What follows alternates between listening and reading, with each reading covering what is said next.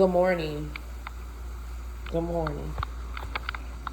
All right, so I'm pausing the visual. I'm pausing the visuals for a second, just to be able to connect with you all. So, full disclaimer: when it's all said and done, this is my story. I'm not trying to hurt nobody. I'm not trying to put nobody on blast. This is something that I need to do for myself. Outside of this being something that I need to do for myself, I'm just trying to help somebody, you know, another teen mom, another woman, another man, another parent, whatever, whoever you are, no matter whatever your situation is. I'm just trying to help somebody, be an inspiration somehow, some way to someone. Okay. So I've been wanting to do this for a long time, like I've said, but I personally feel as if the things that I'm going through right now, this is the best time for me to get my story out there to some sort of degree, to the best way that I know how. Like I said, at the end of the day, I'm currently homeless, living on the streets, sleeping in a vehicle. I have nothing at all whatsoever. I've hit rock bottom, and it's to the point where I don't have nobody to call. Seriously. Um, and we'll talk about that more, later into the story. And then from there, it'll all come together and make sense. So, part 3, Back to the Future. Back to the future. Back to the streets, baby. Back to the streets. That's exactly what we doing right now. We're getting ready to go back to the streets. Everything that's right here is everything that I own, period. No more, no less. This is just what it is. So, so yeah. So like I said, grew up west side of Chicago, in the house with my grandmother, my aunt, my uncles, my mom, fun times, right?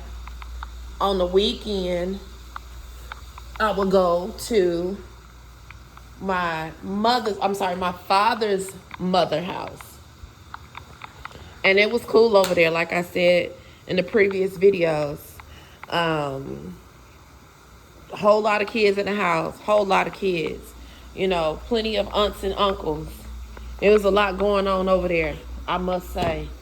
That was the time that I would go and I would spend time with my father over at my grandmother's house, because my father lived in the basement of my grandmother's place. Now, when I was maybe about like 3 or 4 years old, I do remember my father having a girlfriend. Okay? Then eventually that girlfriend became his wife. And then eventually that wife wound up having like 3 kids, at one point. So it was a good relationship between myself, my father, and the wife, coming over there, visiting. It was fun. It was interesting. Even her family embraced me as a grandchild, as a niece. They didn't treat me no different, even though, I was an outside child of their relationship. And still to this day, her mother has never switched up on me. I will probably have to honestly say, out of a lot of people, a lot of people that I do know, as for now, I would have to say that her mother, the wife's mother, is probably maybe she's probably maybe in the top percentile of just people that didn't change up on me. I learned about people changing up on you at a very young age, you know. So if you're listening to this video, I just want to say thank you. Thank you for being a part of my journey. Thank you for being a part of my life. Thank you for conversations that we have had. Thank you for even watching my children as I got older to have children of my own. I just want to say thank you because pretty much, in other words, she was a part of, my growing up as well. So I want to thank her. I just want to say that I haven't had a chance to talk to her lately, but if I haven't told you thank you in the past, I want to tell you thank you now. Okay? So after the weekends, father living in the basement, things of that nature, I'm starting to get older now. At this time, I'm maybe like 7, 8 years old, right? And I'm starting to see things where it's starting to be a little bit more understanding. My father moved out of the basement at my grandmother's house. And at one point, he got his own place, and he moved down the street from my grandmother, and him and his wife and the kids. The kids probably was maybe by this time, I don't know, probably they're all like 4 years younger than me. Everybody's like 4 to 7 years younger than me or something. And so we all had to be in the house like 7, 8, maybe like 5, 6, 4, 5, 6, somewhere in that ballpark. And then my brother around that time was just born. Okay. So yeah, my mother's attitude towards my father, it wasn't the best attitude, and I just didn't get it. It wasn't as if that my mother was one of those people that needed someone. She had always told me never to put yourself in a position of needing someone, because from there, people start treating you different when you more so need somebody,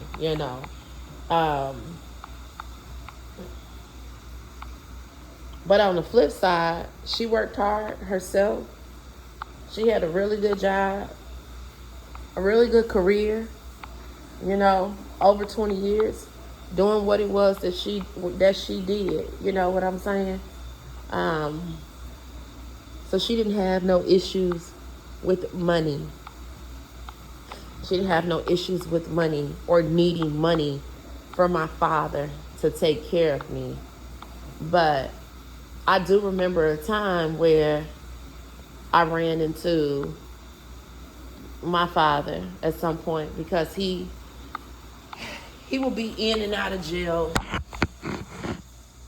And my mother was like, ask your daddy for some money.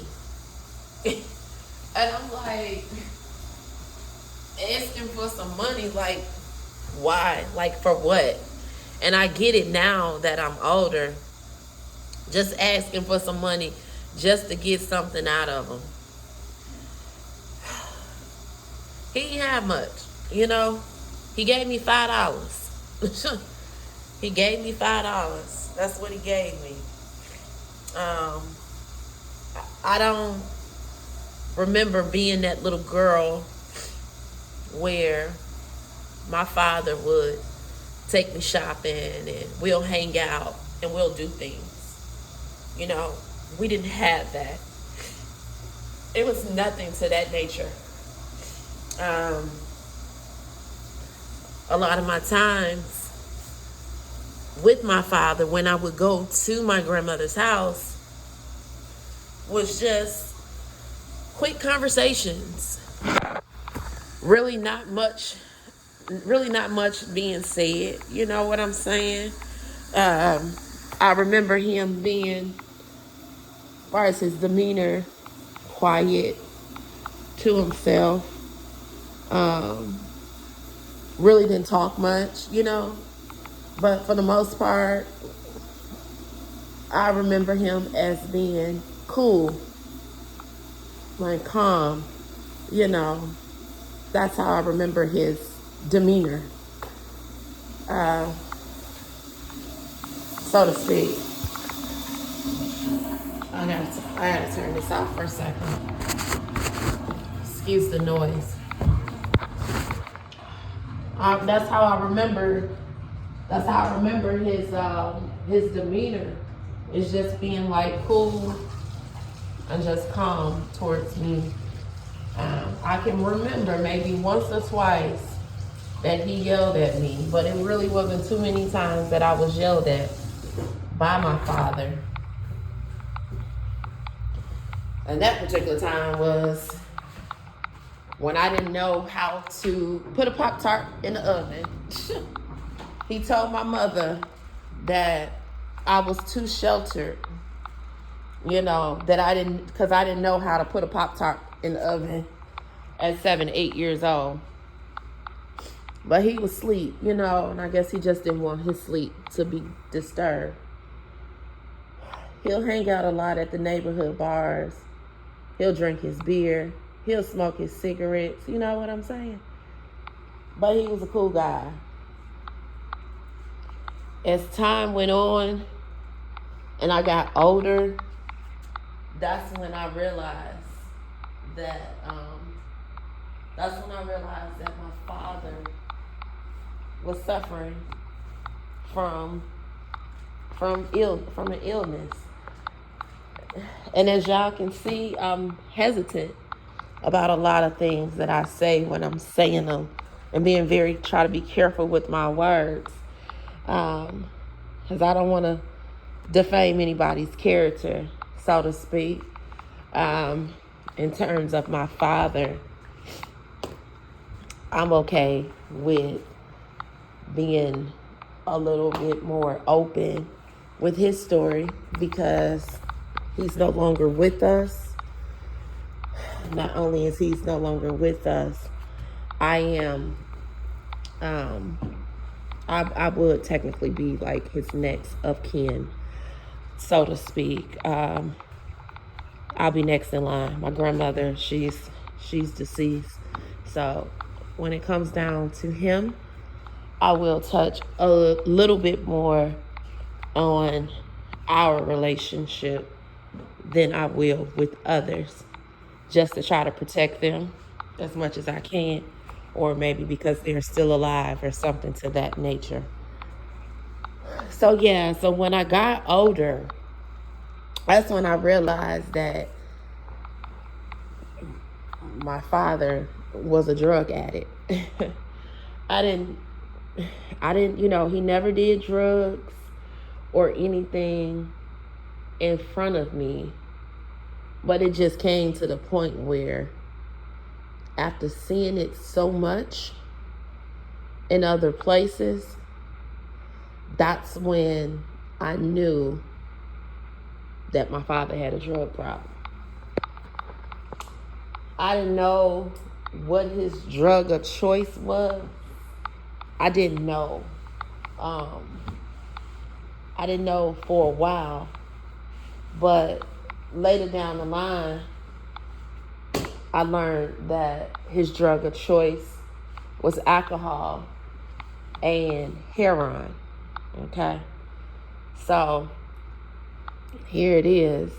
From the very young age, I grew up in a household around crack cocaine, dope, it was a lot. You know what I'm saying? Across the board, it was a lot. Just the different scenarios, the different stories. It was just a lot going on in that aspect. But regardless of whatever their addiction was, they all protected me to a degree. No one did anything ill to me, so to speak. You know what I'm saying? Like, no one did anything to me. I did feel safe as a child growing up, you know, around my father, around my aunts, around my uncles. I felt safe. It was not one aunt, it was not one uncle on either side, my mother or my father's side, that I could say I felt uneasy or I felt unsafe or I didn't want to go over there or I didn't want to be there. No, that was the case. I was good. I can honestly say that probably was the best time of my life, to be honest. So y'all stand by for part 4. Part 4, I'm going to talk more in depth about my father. And then from there, the good stuff will be coming. It's coming. Y'all just hold on a second. Y'all hold on a second. The good stuff is coming. It's coming. It's coming. I promise it is. So y'all give me a second and I'll be right back. Thank you for y'all patience. If you're not subscribed to my channel, please feel free to subscribe, share my story. I am currently homeless. I do have a GoFundMe. I do have a Cash App in the bio. I don't have nothing. This is all that I have. And I'm just trying to be free right now. So I feel like this is just the best way for me to release so much pain and so much pressure, is to just let it out. And me sharing my story will probably inspire others, to help others in some sort of form of fashion. So y'all give me a second. I'll be right back. Crack.